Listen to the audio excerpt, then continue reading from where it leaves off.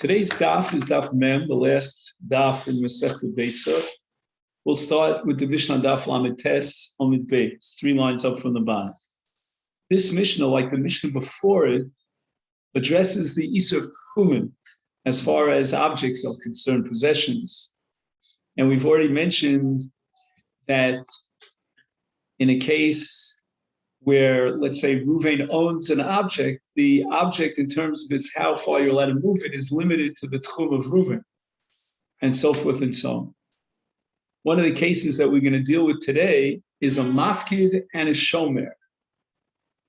The mafkid owns it technically, but the shomer took the object into his domain to protect it and to guard it. So exactly who's considered the bailim as far as tchumen is concerned? That's one of the issues that we'll address today. The Mishnah says, Mishahayu peirosav be'ir acheres ve'iruvo ve'ervu b'nei osa ha'ir lahavi etzlo peretz. So a person, we'll call him Ruvain, he owns peiros, which means any object for that matter. And his peiros are in a different city. So he's located in one city, his peiros in another. And the members of the other city who have access to his peiros decided to make an erev tchumen that would allow them to transport the peiros of Ruvain to the city of Ruvain. So even though they live in a different city, but they wanted to make sure that Ruvain would receive his peiros on Yom Tov. So they set up an erev tchumen, which would give them enough of a tchum Shabbos or tchum Yom Tov to bring the peiros over to the nearby city where Ruvain is located. And yet, despite this all, even though they're allowed to go to that city, lo yafilu, the members of the other city are not allowed to transport the peiros of Ruvain to the next nearby city to make them accessible to Ruvain, because the din of the peiros is kiragle abaylim, which means that the tchum, the area, the circumference of the area where you're allowed to transport the object, is limited by the location of the owner. And in this case, the owner is Ruvain, and therefore, since the limitation here is kiragle abaylim, the bnei ha'ir acheres, the members of the other city, cannot, because the Baal Peiros was not with them in the Erev. So if the Baal Peiros were to somehow, land on that nearby city, they would not be able to take the Peiros into their city because they did not make an Erev. You follow? So the Bnei Ha'ir made an Erev that allows them to transport the peiros to the nearby city where Ruvain is Shoves. But Ruvain himself could in no way move those peiros back to his city because he himself did not make an Erev. But if on the other hand, he set up an Erev that would allow him to go from let's say the city where he's located in and the city where the peiros are located in. So now you can transport the peiros back and forth. In such a case, peiros of Kamod, that the members of the other city can now do him this favor and bring the peiros over to the next city because he himself, the Baal Peiros, had the permissibility and the access of bringing the peiros from one city to the other because he himself set up his area. The Mishnah continues, this on the top of Daf Mem Amud Aleph, Misha Zimen Etzlo Orchim, a person invited guests from a nearby city to eat with them the Sudas Yom Tov, and they are coming to him from the nearby city because they set up an Erev on Erev Yom Tov, but he was not part of that Erev. He did not participate in the Erev, so he himself could not go to that city. They, on the other hand, could come to his city and be his wonderful guests for a Sudas Yom Tov. In this case, lo yolichu biyadam monos. They're not allowed to take parts of a Suda, meaning mana, right, an item of food from their house. Why? Because if you see, it depends now who owns those manos. Who owns those portions? Let's say you have a portion of potato kugel, right? So the potato kugel is now located in the city of the Orcha, but it belongs to the Baal HaSeuda. And now they want to take that potato kugel and bring it over to his city. And they made an Erev on Erev Yom Tov, so they have no problem carrying the potato kugel from their city to his city. But the problem is that even though they made an Erev, he didn't make that Eruv, and therefore he would not be permitted to take the potato kugel more than 2,000 am outside of that other city where the Archim are. So therefore they cannot bring that potato kugel over to him because that piece of food, that item of food, is limited by the tchum of the Baal Habayis. Elam came zika lahem manosehem be'erev yontif.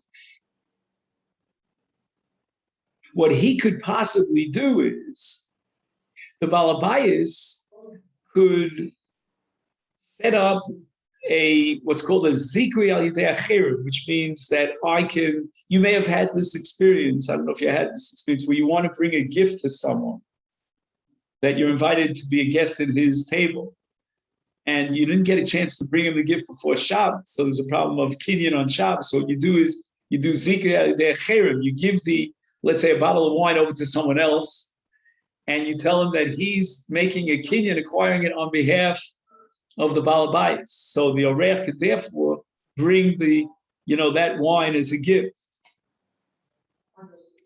So here too, we have the option that the Baal Habayis could be mezaka lahem al yedei ish acher. He could ask someone else to make a kinyan on their behalf, a complete acquisition, a complete total kinyan. And this is going to be achieved on Erev Yontif. And in this case, now, since somebody else was zocher in those manos on behalf of the Orchim before Yontif, now the manos are konesh visa where the Orchim are. And they have an Erev to bring it to the city where they will eat as guests at the host's table. So that kinyan is operated, or is effective, we should say, based on a principle called Zachin the Adam Shlobafam. It takes a lot of planning and foresight before you enter the Shabbos to get all this right. You have to deal with all these various considerations of who's going to be where. You have to really plan ahead. Correct. There's even a sheet of Rabbi Akiva. I don't think we accept Rabbi Akiva in this case, that Tchumen is Dorais. So we're dealing with a serious issue of tchum, and you have to already foresee that if the Orchim are going to be bringing food for you from another city, and you haven't participated in that Erev, then you have a real tchumen problem. You have to figure out a solution. The Mishnah is recommending the following solution of being the zakal yidei.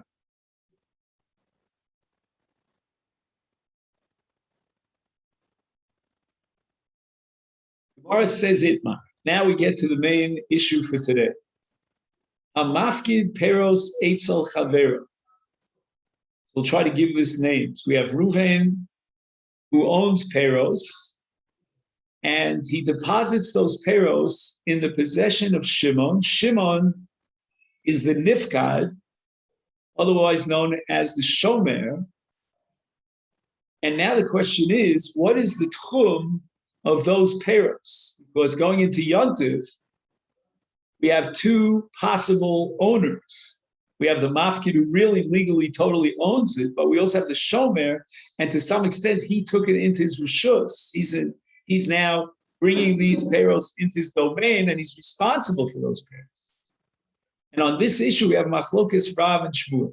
Rav hamakaragli misha hifkidu lo. According to Rav, the shomer is the one who is the bailim in this case, where Shmuel says, Kiragli amafkid, that the real full-fledged owner, who's called a mafkid, he's the one who determines the Isur Tchum.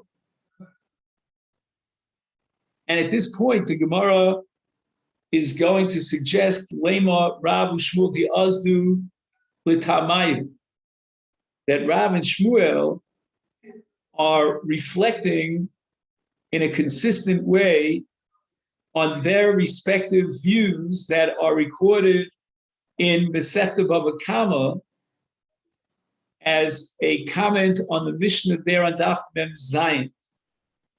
So we're now going to learn to Snan, a Mishnah in Bava Kama. The Mishnah addresses the following issue. Ruvain brought his kalim, his utensils or his peros, his behema, whatever it was, into the chotzer of Shimon. However, Ruvain did not notify Shimon and ask permission to do so.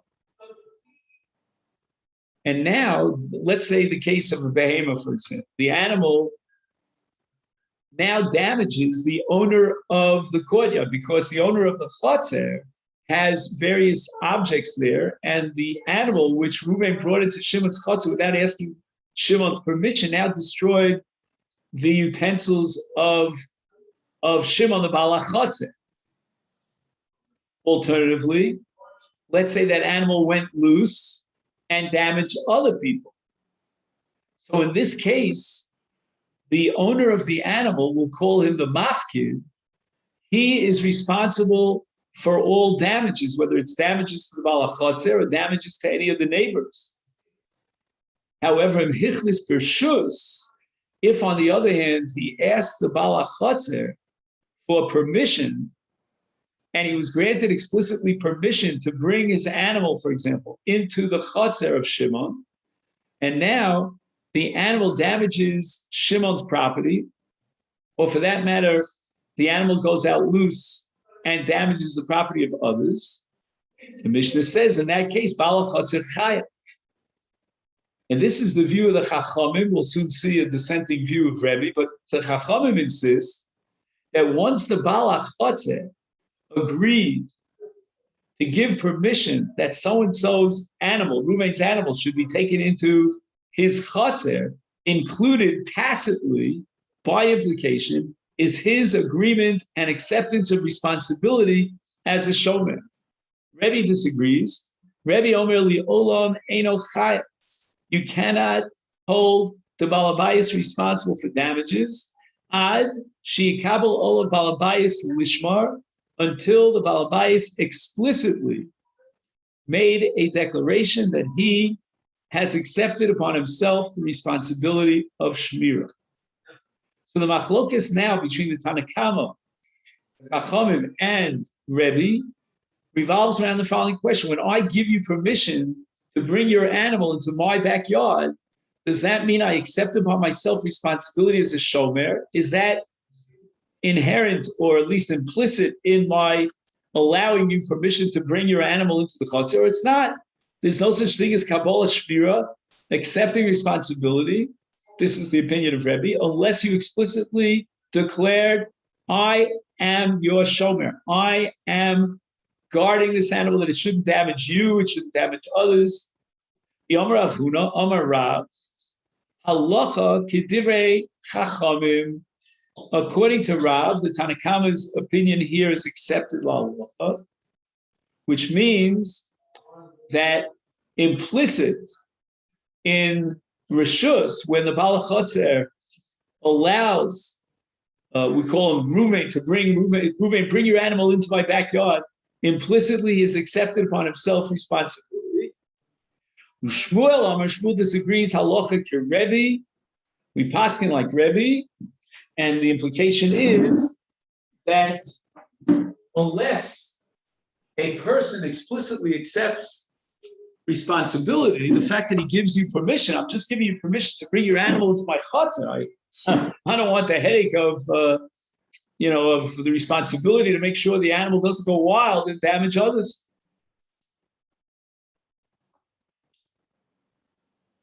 And now the Gemara is going to say that this machlokas between Rav, who paskins like the Chachamim, and Shmuel, who paskins like Rebbe, is really another application and a reflection of the original machlokas here in Masechet Beitza, regard to Tchumen, in the case of a mafkid, Eitzel Chavero, where Rav says that if Ruvain brings his peros into the rishus of Shimon, and Shimon now takes responsibility, then Rav says that once you took responsibility, you are in effect a bailim as far as the Tchumen is concerned. Shmuel says no, it's the full-fledged owner who's the bailim. Lema, the Gemara says, Rav the Omer Rabbanon, Ushmuel the Omer Rebbe.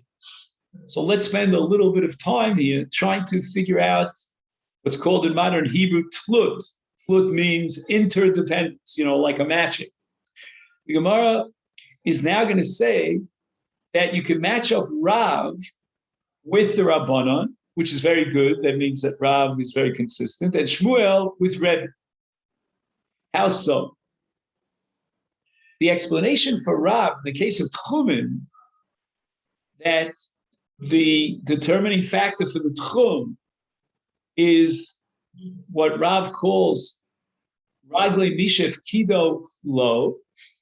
Hifkidu lo means they put it in his possession. And it means that the shomer now is considered like the bailim as far as setting up the Tchum. This is a reflection, says the Gemara, of Rav's accepting the Chachamim Shita in the din of Nezikin in the Mishnah Bava Kama about Mafkid Eitzel Chavero. And the Rabbanan assume that since you invited so-and-so, meaning Reuven, to bring his animal into your chatzer, then implicitly you have accepted, so to speak, ownership and responsibility over the animal. And that reflects Rav Shita as far as Tchumen is concerned, that once the Pikadon is in the Rishus of the Nifkad, meaning the Shomer has now accepted responsibility upon himself, that makes him the Bailim, and therefore is Nidon Kiraglov. As far as Tchumen is concerned, he's the determining factor. So to make Rav consistent, we're going to say the emphasis or the hatchet always falls on the Shomer. And that works out beautifully with Rav Paskin like the Rabbanon, that with regard to Nezikin, it's the owner of the Chatzir, Shimon, who's responsible because he, in effect, has accepted Shmira. And with Rav Shita, as far as Tchumen is concerned, that in a case of a Mafkid and a Nifkad, a Mafkid and a Shomer, is Kiragle HaShomer. Shmuel, on the other hand, holds that the Peros are considered, as far as Tchumen is concerned, in the Rishus of the Ragle HaMafkid, the owner, full-fledged owner. And that's reflected in his psak, accepting the sheet of Rebbe, that even though the Baal HaChatzer Shimon invited Reuven to bring his animal in, but nevertheless Reuven still remains responsible because he is the rightful legal owner of the animal. And we don't shift the responsibility over to the Shomer. And now the Gemara is going to spend a lot of time trying to reject this tlut and differentiate between the two cases. Rav says the following: Ana di Amri afilu l'Rebbe.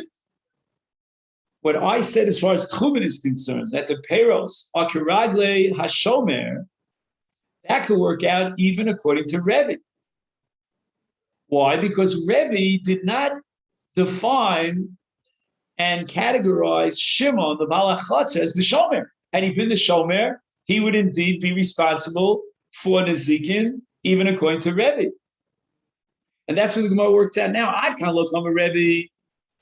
Rebbe over there said that the Baal HaBehema is responsible for Nezikin. Why?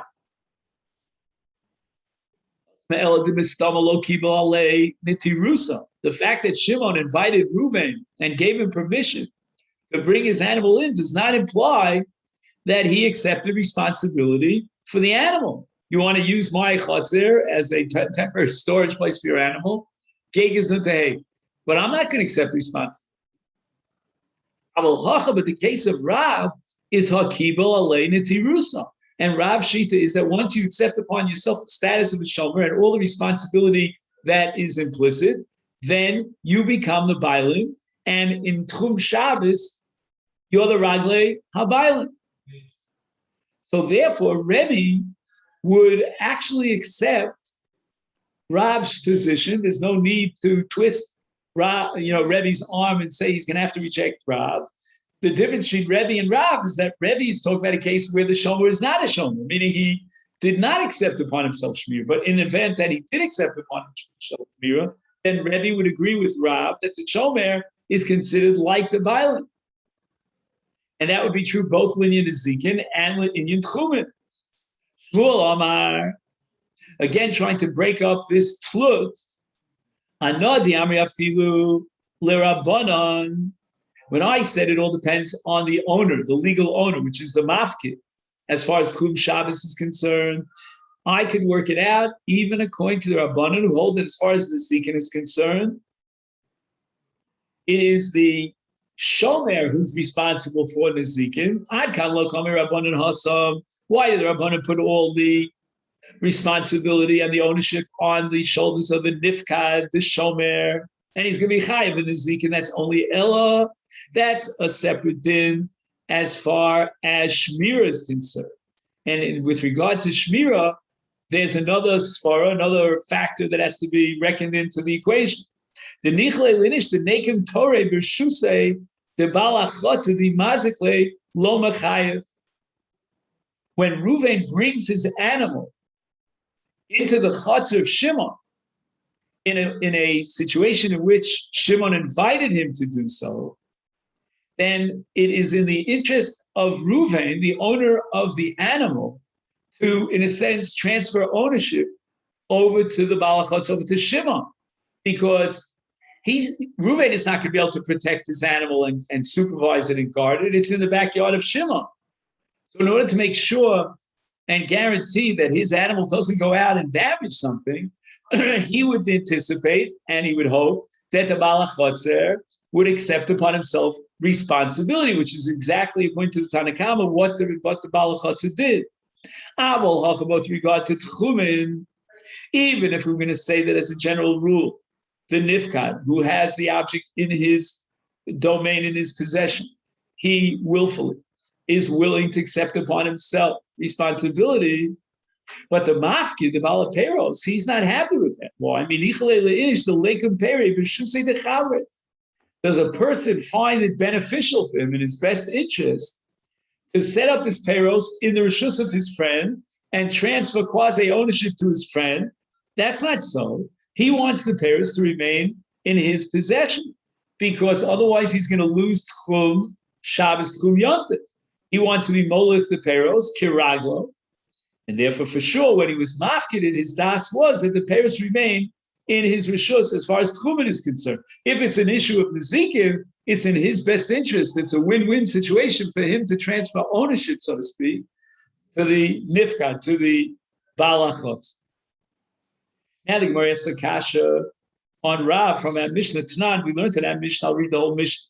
Misha ayu perosa be'ir acheres be'irvu b'nei osa ilo v'yetzol b'perosa lo yaviu lo but v'im irev lo hu perosa kamohu. Amrit, if you're going to say like Rav, that when you have a mafkid and a nifkad, is Rav holds that the nifkad, meaning the shomer, takes on the bilus as far as Chum Shabbos is concerned, is ki irev hu my havi.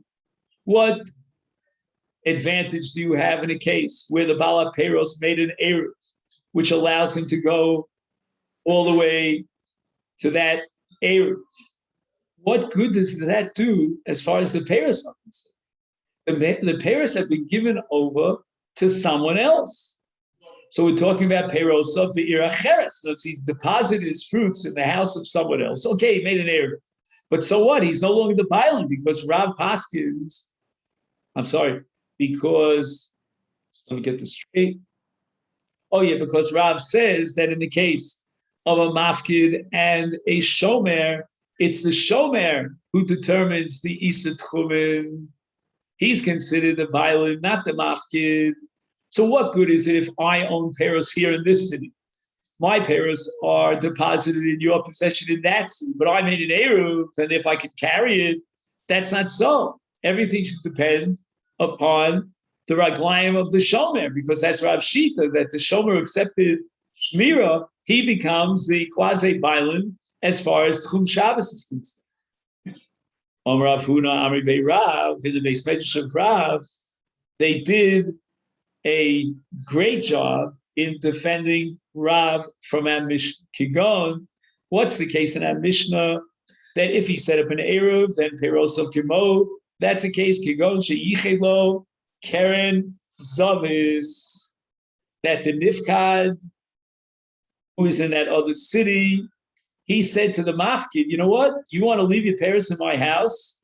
I'm going to designate a certain corner, and that's where you're going to put your payroll. So I'm not going to accept responsibility and chiyuv shmira on your payrolls. I'm just going to rent you or lend you a certain area, a keren zavis, a corner of my house, and that's where you can store your payrolls. And therefore, the payrolls, since we have halacha of a shoel or a socher, somebody rents space, that space is considered his. So now the mafkid has the payrolls in his rishus. And that's why it's kiragle amafkid. But had there been no yichud makom, then in a chinadi the nifkad, once he takes the payrolls into his possession, he accepted his chiyuv shmira, and the payrolls are no longer in the rishus of the mafkid, they now are kiragle nifkad.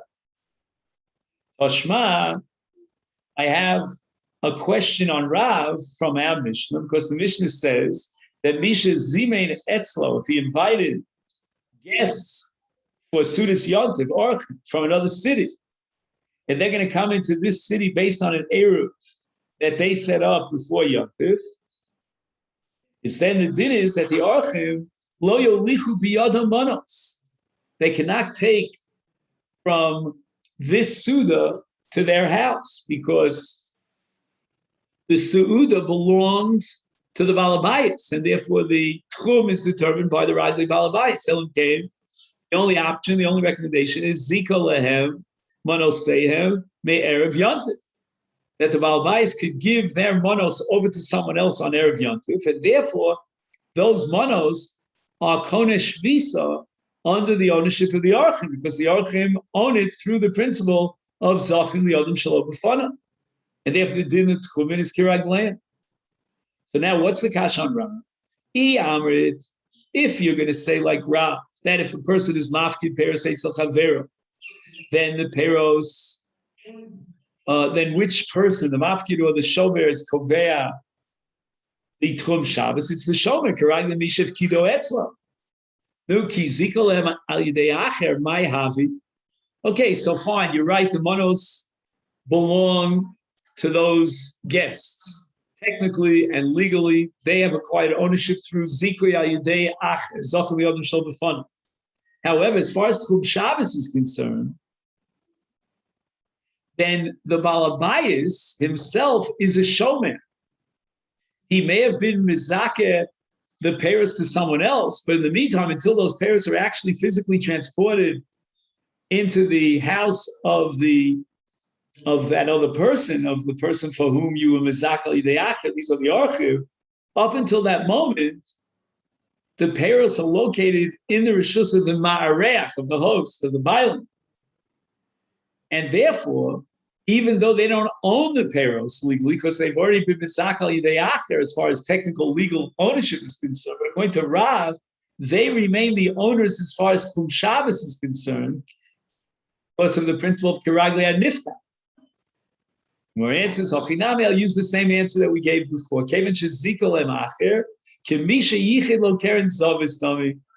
Once he gets someone else involved and asks that person to make an acquisition on behalf of his orchim, then he is basically revealing his interest that he wants the orchim to be the owners of these payrolls so that they can come and enjoy them during the course of Yom Tov. And that's called Kamisha Yichid Lo Keren Zavis.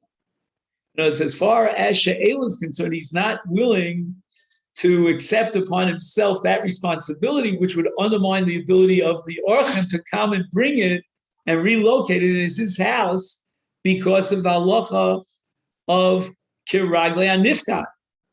Ibai saying the Gemara offers a second alternative answer, Zika Shiny.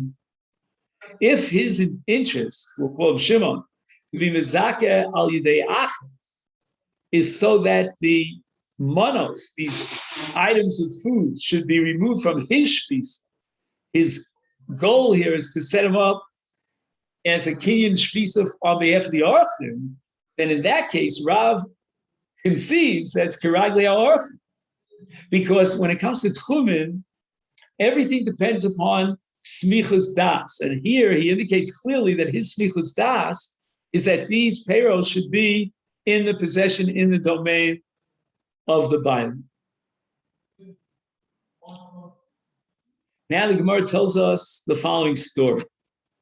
Rav Chana bar Chaniloi went to a Suda on Yontif in a different city, and he was allowed to go to that city because he had set up on Erev Yontif and Erev Tchumen. When he got to that city on Erev Yontif, he immediately went to the butchery, the local butcher, and he got from him meat for the holiday. So again, Rav Chana is going to eat in a different city. He had already set up an Erev Tchumen to get to that city, and now he comes into the city and he grabs a piece of meat from one of the chatzavim, and he'll pay him obviously after Yom Tov. What's the end of the story? Rav Chana now goes, Tola Bisra, the Evra Didasha, which literally translates as he hung up the meat on the doorpost in the house of the host.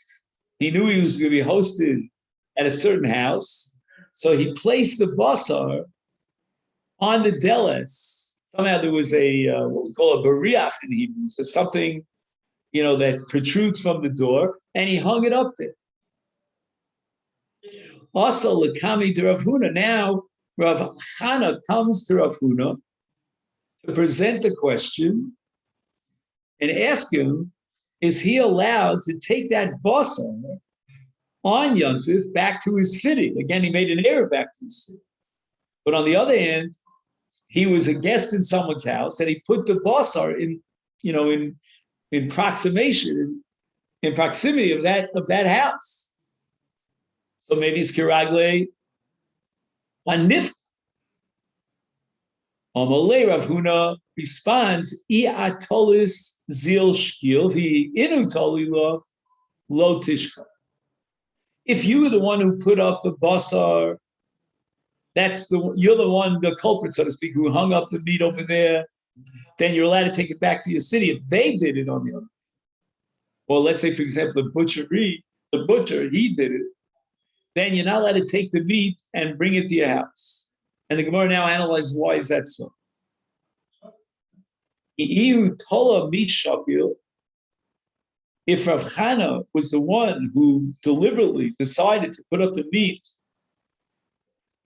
at that location, the doorpost of his ma'archim, of his hosts, how could it be, asks the Gemara, that it would be mutter for him to carry it back to his house?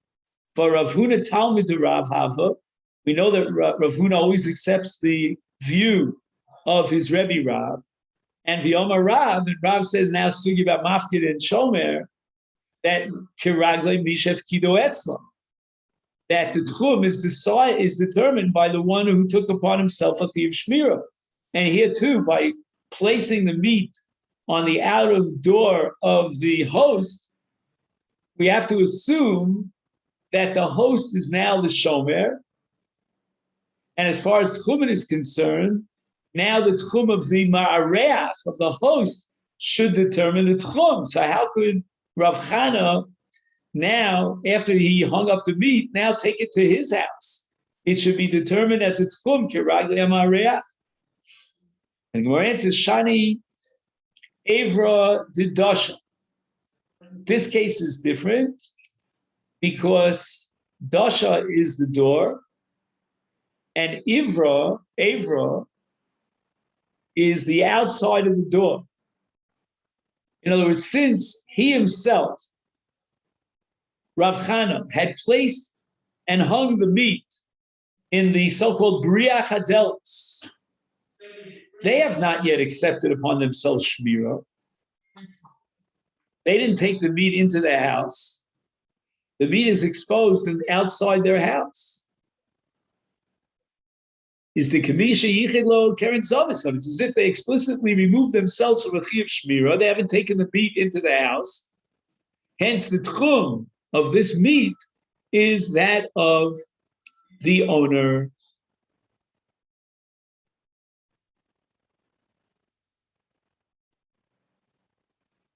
What do we call a mafkid?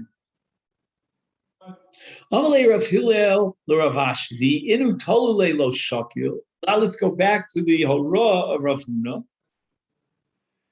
And again, Rav Huna is the Talmud of Rav. And he said that if it wasn't the owner of the basar who hung up the meat, then Rav Chana would be asur to be molech the basar and yontif to his house, even though he has an eruv. V'amar Shmuel, shar shal patam harehu kiraglei kol adam.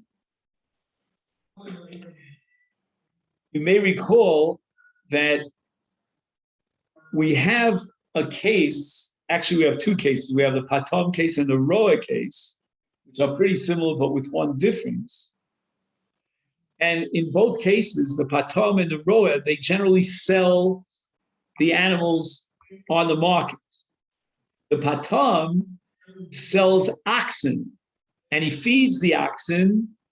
That's called lefatem, and he fattens them up in order to sell them. Of course, the larger and bulkier the animal, the more money it takes in.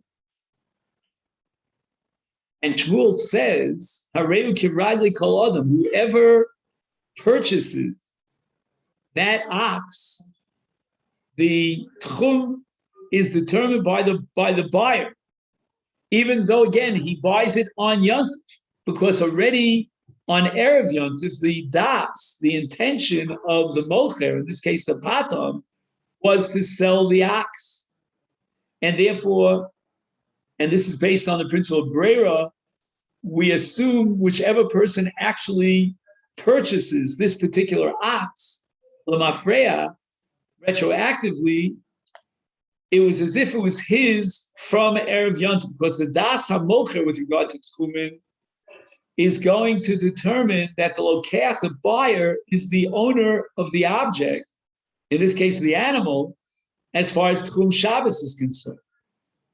So we see that you can establish a shar to be considered in the rishus of that future buyer even before the purchase took place. How much more so in the case of Rav Chana bar Chaniloi, who had a full-fledged ownership of the basar. Certainly we should be mamid the basar b'shuso, and he should be allowed to take the basar back into his house. Why did Rav Chana receive an answer to his question that he's not allowed to take the basar back to his house?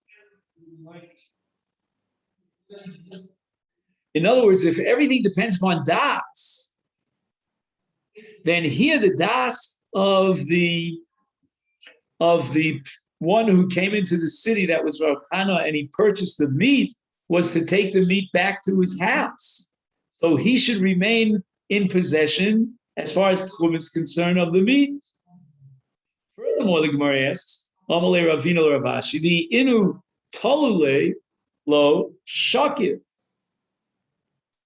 It doesn't make any sense to say that if others decide to hang up the meat outside of this door on behalf of Rav Chana, now Rav Chana suffers from this and he's not allowed to take the meat back to his house on Yontif.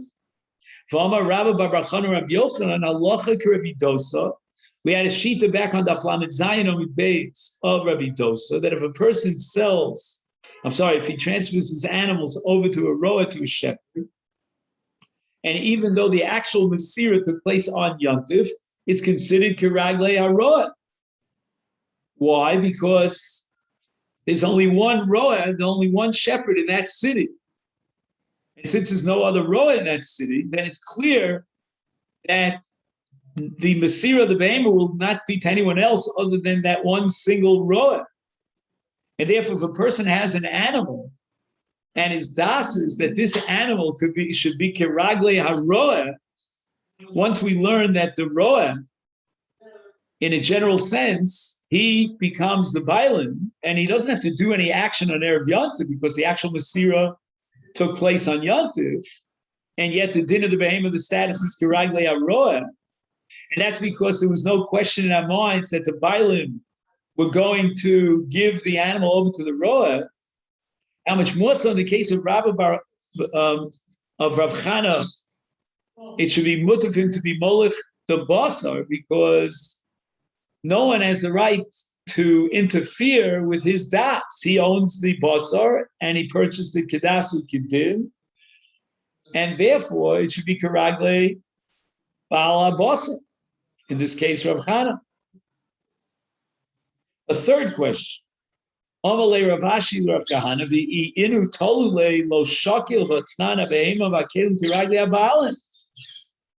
Mishnah says back on Daf Lamed Zayin that when you're determining the tchum of an object, it all depends upon the bailim. And if let's say he himself, Rav Chana, had placed the basar wherever he placed it for his purpose, he's the bailim.